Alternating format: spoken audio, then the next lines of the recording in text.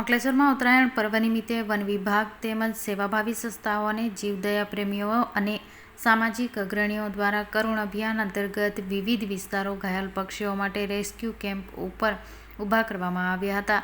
સાથે એક mobile van પણ તૈનાત કરવામાં આવી હતી. ઉત્તરાયણના દિવસે વિવિધ વિસ્તારોમાંથી કુલ 29 ઘાયલ કબૂતરોનું રેસ્ક્યુ કરવામાં આવ્યું હતું, જે પૈકી 7 કબૂતરો ગંભીર ઈજાઓના કારણે મૃત્યુ પામ્યા હતા, જ્યારે 22 કબૂતરને વન વિભાગની શાલીમાર નર્સરી ખાતે લઈ આવી સારવાર આપી હતી.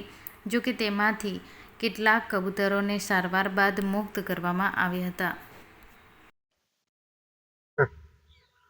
નમસ્કાર, હું બી મોબ વન વિભાગ અંકલેશ્વર તરફથી ગતરોજ ઉત્તરાયણ નિમિત્તે કરુણા અભિયાન અંતર્ગત વન વિભાગ હેઠળ NGO સહિતની કુલ 4 કેમ્પ રાખેલા હતા. તેમાં જીઆઈડીસી વિસ્તારમાં શાલીમાર નર્સરી અંકલેશ્વર તથા સિટી સેન્ટર જીઆઈડીસીમાં એમ 2 કેમ્પ અને સિટી વિસ્તારમાં જવાહરબાગ પાસે અને ગાયત્રી મંદિર પાસે એમ 2 સેન્ટરો હતા. તેમજ એક મોબાઈલ વાન ફરતી હતી અંદાળા વિસ્તારમાં. સંજયભાઈ પટેલ સંચાલક હતા તેમના.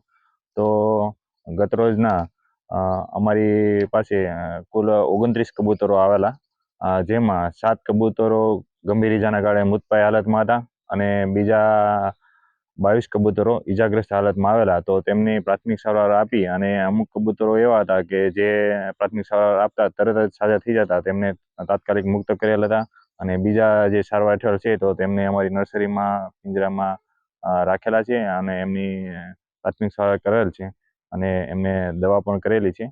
તો તેઓ હાલ અમારી હેઠળ દેખરેખમાં છે.